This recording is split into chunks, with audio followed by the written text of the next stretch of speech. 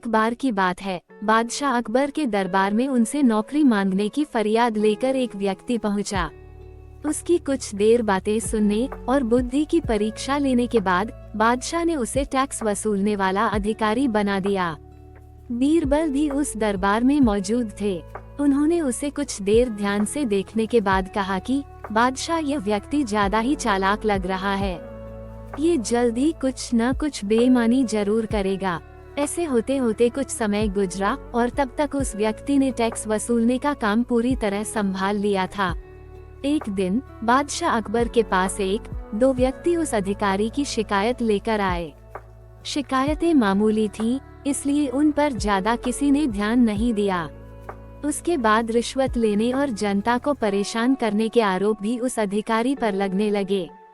इतनी शिकायतें आने पर बादशाह ने सोचा कि इसका तबादला ऐसी जगह कर देता हूँ जहाँ इसे बेईमानी करने का मौका ही न मिल पाए।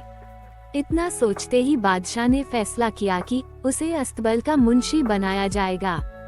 फिर अकबर ने अपने मन में ही कहा कि अब घोड़ों की लीद उठवाने के काम में भी ये क्या ही बेईमानी कर पाएगा। वहाँ मुंशी के पद पर पहुँचते ही उस व्यक्ति ने फिर रिश्वत लेना शुरू कर दिया। उसने सीधे घोड़े की देखभाल करने वालों से कह दिया कि तुम लोग घोड़ों को कम दाना पानी खिलाते हो। इसका पता बादशाह को चला है, इसलिए मुझे लीद को तोलने के लिए भेजा है। अब अगर लीद का वजन कम हुआ तो सबकी शिकायत बादशाह से कर दूंगा। इस तरह से उस मुंशी से परेशान होकर हर घोड़े के हिसाब से उसे 1 रुपये लोगों ने देना शुरू कर दिया। ये बात भी कुछ समय बाद अकबर तक पहुंच गई। उन्होंने मुंशी को सीधे यमुना की लहरें गिनने का कार्य सौंप दिया। फिर बादशाह के मन में विचार आया कि अब यहाँ तो यह कोई बेईमानी कर ही नहीं पाएगा। कुछ ही दिनों में जैसे ही वो व्यक्ति यमुना किनारे पहुँचा तो वहाँ भी उसने अपना दिमाग दौड़ा लिया। वो नाव से सवारी करने वालों को रोक रोक कर कहता कि मैं लहरें गिन रहा हूँ, ऐसे में तुम लोग यहाँ से नहीं निकल सकते हो। इसी जगह पर 2-3 दिन तक रुकना होगा।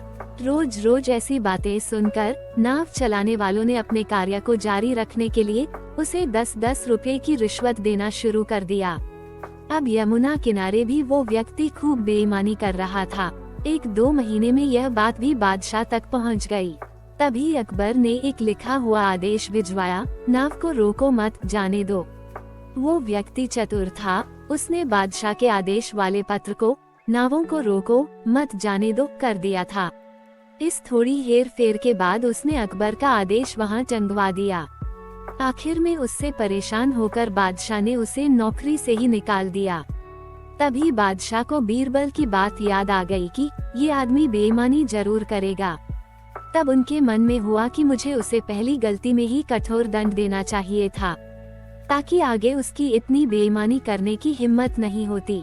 कहानी से सीख, दुष्ट अपनी दुष्टता और बेईमान अपनी बेईमानी कहीं भी जाने पर नहीं छोड़ता है।